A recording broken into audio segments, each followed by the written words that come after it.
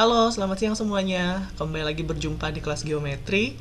Mudah-mudahan semuanya sehat walaupun kita berada di masa pandemi ini, dan juga mudah-mudahan kalian semua masih semangat belajarnya walaupun kita belajarnya masih jarak jauh di rumah masing-masing ya. Hari ini kembali kita akan membahas mengenai bagaimana melukis suatu irisan bangun ruang. Namun hari ini kita akan menggunakan metode yang berbeda, yaitu menggunakan perluasan bidang sisi. Nah, pada materi-materi yang sebelumnya, kalian sudah mengenal metode-metode dalam melukis irisan bangun ruang. Yang pertama adalah sumbu afinitas. Nah, ini salah satu contohnya bagaimana kita membuat irisan dengan menggunakan metode sumbu afinitas. Kemudian yang kedua, bidang diagonal.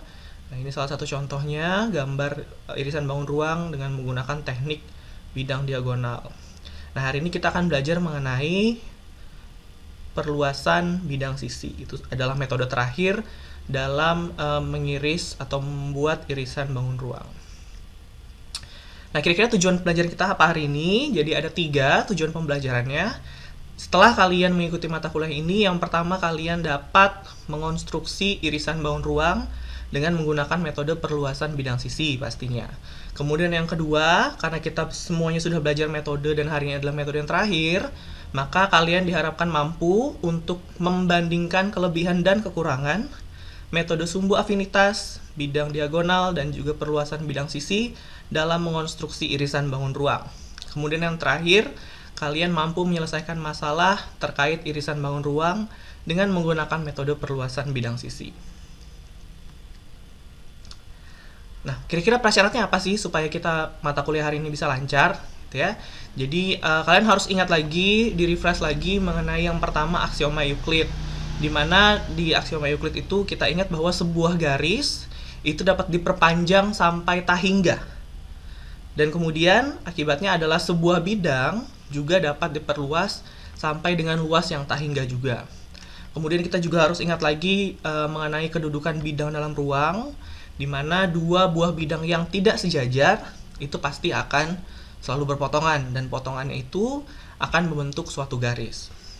Kemudian yang terakhir, kita juga harus kembali mengingat cara-cara melukis, baik itu melukis sudut, melukis segi banyak, maupun juga melukis suatu bangun ruang.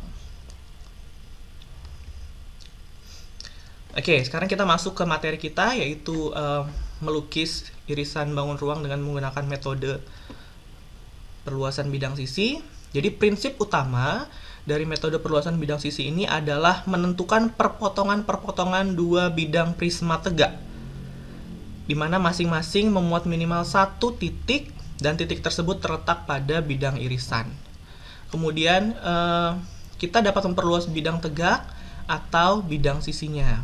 Jadi yang diperluas itu bisa aja bidang tegaknya atau bidang sisinya. Kalau misalnya kita perluas bidang tegaknya, contohnya yang ada di gambar sebelah kiri ini, misalnya ada ABGF, itu kita perluas, kemudian nanti CDIH itu juga kita perluas sampai nanti kedua bidang ini ABGF dan CDIH itu bertemu, berpotongan, dan membentuk suatu garis lurus, yaitu garis UV. Jadi bidang yang ini tadi kita perluas, kemudian bidang CDIH kita perluas juga, nanti bertemu membentuk UV. Nah, kemudian kalau kita mau bidang sisinya atau mungkin bidang alasnya gitu ya, bidang yang horizontal. Nah, ini ada limas. Jadi ada limas dengan alasnya ABCD, nanti kita perluas.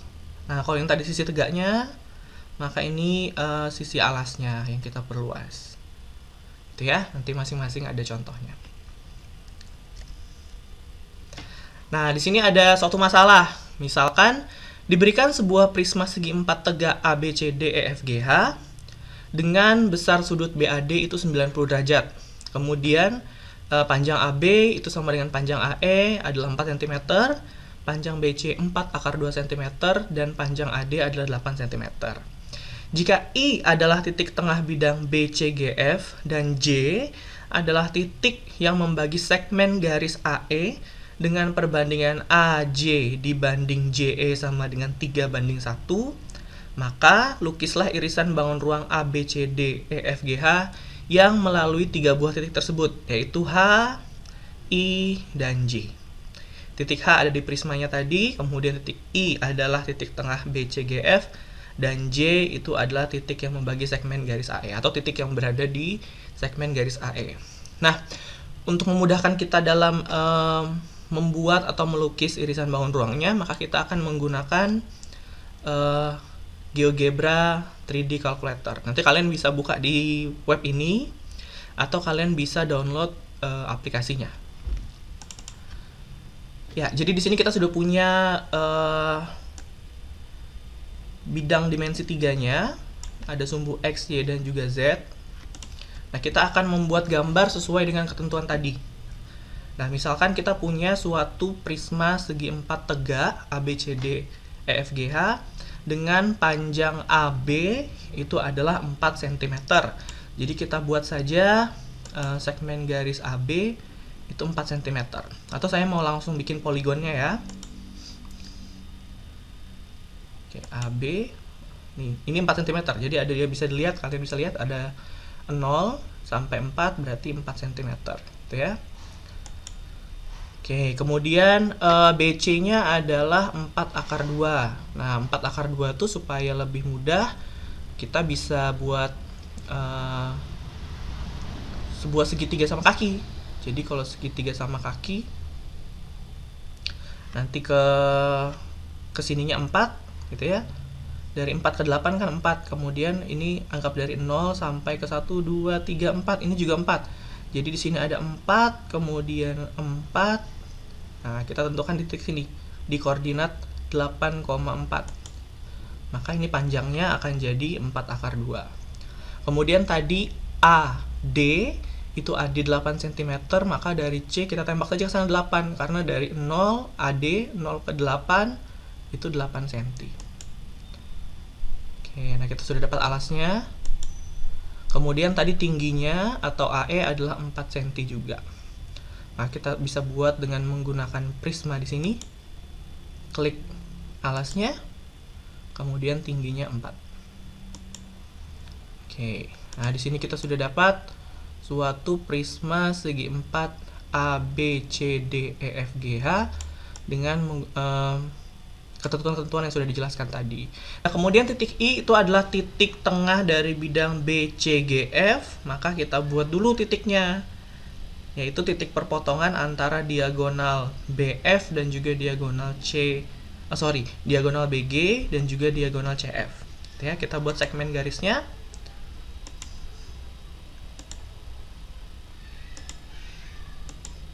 Nah, di sini ada titik perpotongannya.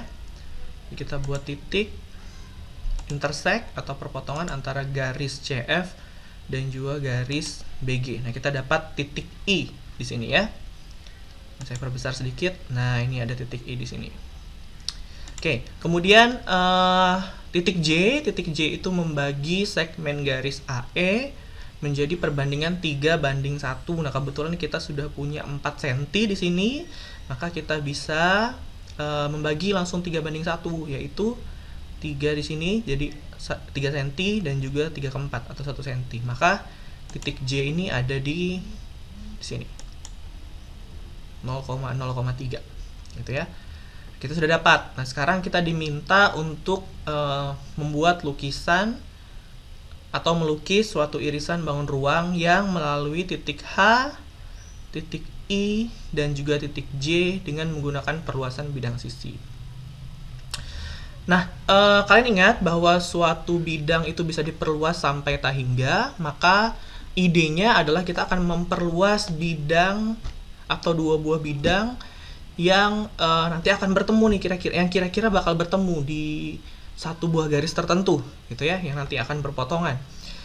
Artinya adalah akan sangat sulit sekali apabila kedua bidang tersebut atau kedua sisi tersebut adalah dua sisi yang sejajar. Itu akan tidak mungkin dilakukan, karena kalau misalnya sejajar nanti dia nggak akan ketemu walaupun diperluas bagaimanapun, sisinya tidak akan pernah berpotongan gitu ya.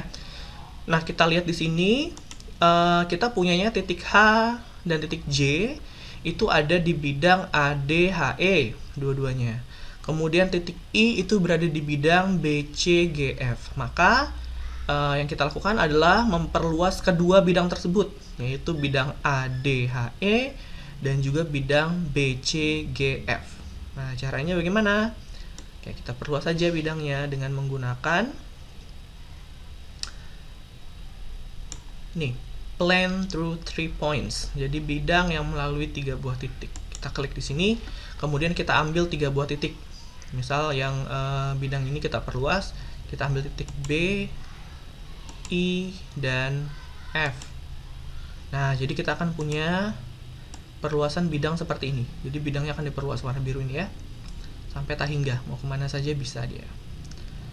Oke, kemudian kita perluas lagi bidang satunya yang memuat titik J dan titik H, yaitu kita ambil titik A, titik E, dan juga titik H. Nah, jadi idenya seperti ini. Kita akan mendapatkan 2 buah bidang yang akan berpotongan. Jadi bidangnya akan berpotongan. Nah, disitu kelihatan ya. Nah, dia berpotongan, membentuk 1 buah garis lurus. Oke, begitu. Jadi kalau misalnya kita mau tahu, kira-kira potongannya bagaimana gambar garisnya, kita ambil intersect two surfaces, atau perpotongan 2 buah bidang, 2 buah permukaan ya. Klik bidangnya ini tadi, kemudian bidang satunya, maka kita dapat perpotongannya garis lurus ini. Oke. Nah, begitu ya. Oke, sekarang pertanyaannya, kalau misalnya kita tidak bekerja di GeoGebra atau kita hanya bekerja di kertas saja, maka akan sangat susah sekali untuk menggambar bidang yang diperluas atau mau ngarsir. Nanti kalau misalnya kita mengarsir walaupun tipis, itu pasti hasilnya nggak akan rapi gitu ya. Maka kita ambil ide ini, perluasan perluasan bidang ini, kemudian kita gunakan garis saja untuk mewakili bidang tersebut. Nah, coba saya hapus dulu ya. Nanti hasilnya akan sama saja.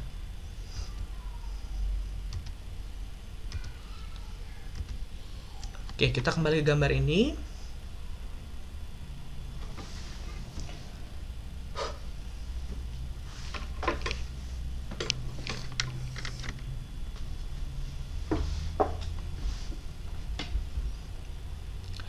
Dan kita buat garis-garis yang mewakili bidangnya. Jadi bidang B, C, G, F, misalkan kita akan menggambar garis, jadi kita pakai yang line bisa, ray bisa, kita pakai line yang mewakili ini, sehingga nanti akan bertemu di sebuah titik gitu ya, misalkan titik B dan titik C. Jadi kita buat garis BC, kemudian garis FG.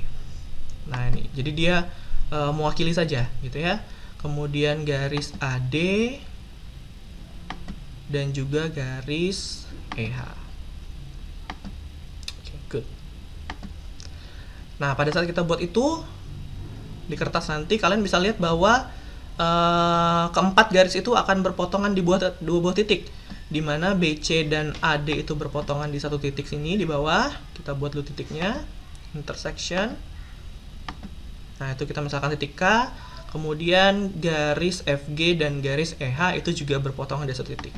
Kenapa mereka bisa berpotongan? Karena AD dan BC itu terletak pada bidang yang sama, yaitu ABCD, dan EH FG itu juga terletak pada bidang yang sama, yaitu EFGH. Maka dia pasti akan berpotongan, gitu ya, selama tidak sejajar. Nah, di sini ada garis K dan garis L, maka kita bisa buat garis yang melalui garis K dan L. Nah, kita ambil segmen saja di sini, tidak terlalu panjang, K ke L. Nah, ini hasilnya sama seperti tadi, sama seperti pada saat kita memperluas bangun ruang. Tapi ini kalau digambar di buku sepertinya lebih simpel karena hanya garis saja, tidak bidangnya. Oke, good. Nah, sekarang kita sudah dapat garis ini. Sekarang kita cari titik-titik yang memotong rusuk-rusuk prisma tegak segi 4 tadi. Oke, kita diminta untuk membuat irisan yang melalui H, J, dan I. Nah, di sini ada bidang yang 2 titik yang terletak di bidang yang sama itu adalah H dan J. Itu ya, berarti kita buat saja dulu garis H yang melalui H dan J gitu ya. Maka garis HJ ini akan memotong KL di 1 titik. Titik apa itu? Kita misalkan nih KL, dan HJ tadi memotong di titik M. Karena dia berada di bidang yang sama, pasti memotong. Oke, nah sekarang M ini ada di garis KL, kemudian M dan I itu terletak pada bidang yang sama, yaitu perluasan bidangnya itu bidang BC GF, dimana tadi kita perluas sampai menjadi, kita sebut saja KCGL, berarti M dan I itu terletak pada bidang KCGL, maka dia bisa menjadi sebuah garis lurus karena dua titik itu berada pada bidang yang sama. Oke, ambil garis M dan I. Berarti garis MI dan juga FB itu juga pasti akan berpotongan. Benar nggak kira-kira berpotongan? Nah, kita buktikan saja. Intersect antara MI dan BF. Benar nggak ya? Oh, benar. Ternyata dia berpotong di titik N. Nah, kita dapat titik N. Dan juga tadi garis MI akan memotong CG lagi, yaitu di titik Q. Nah, kenapa berpotongan? Again, dia bisa berpotongan kalau terletak pada bidang yang sama, gitu ya. Nah, sekarang kita sudah dapat masing-masing rusuknya ada J, N, Q, dan juga H. Berarti kita sudah dapat 4 rusuknya, kita bisa buat irisan bangun ruangnya. J, N, Q,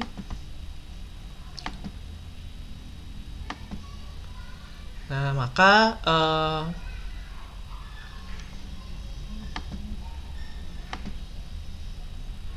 oke, supaya jelas saya kaburkan dulu.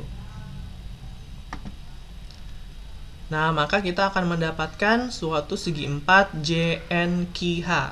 Supaya kalian bisa melihatnya lebih jelas, maka ini saya transparankan dulu ya. Sisi-sisinya bisa kita transparankan. Nah, ini yang warna biru dianya jadinya. Ini saya kencangin warnanya. Nah, ini adalah irisan bangun ruangnya, yaitu JNQH.